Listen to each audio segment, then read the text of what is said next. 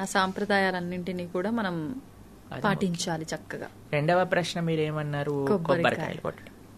మాకు చిన్నప్పుడు ఏదైనా వ్రతం పూజ అయిందనుకోండి, ఒక్కొక్కళ్ళకి ఒక్కొక్క కొబ్బరికాయ ఇచ్చేవాళ్ళు అనమాట. కొబ్బరికాయ కొట్టు, కొబ్బరికాయ కొట్టు, కొబ్బరికాయ కొట్టు. ఇప్పటికి కూడా ఇక్కడ ఇంటికి వెళ్ళామనుకోండి, చిన్నగా ఉన్నప్పుడు మేము కొబ్బరికాయ కొట్టాను, కొబ్బరికాయ కొట్టు.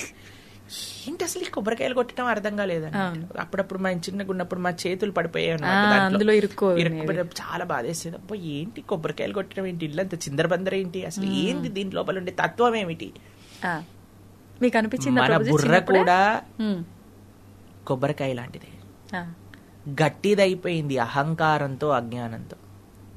టెంకలాగా అయిపోయింది. టెంక టింగ్ టింగ్ టింగ్ అని బుర్ర ఎట్లా అయితే మనకి లోపల నుంచి కొబ్బరికాయ పైన నీళ్లు పోస్తే మన లోపలికి ఎక్కుతుందా? ఏమి ఎక్కదా? ఎందుకు? టెంక గట్టిగా ఉంది. కానీ ఆ గట్టి టెంక లోపల మధురమైన తీయదైన నీళ్లు, దాంతోపాటు కొబ్బరి లోపల తెల్లగా ఉండే పదార్థం ఉన్నాయి.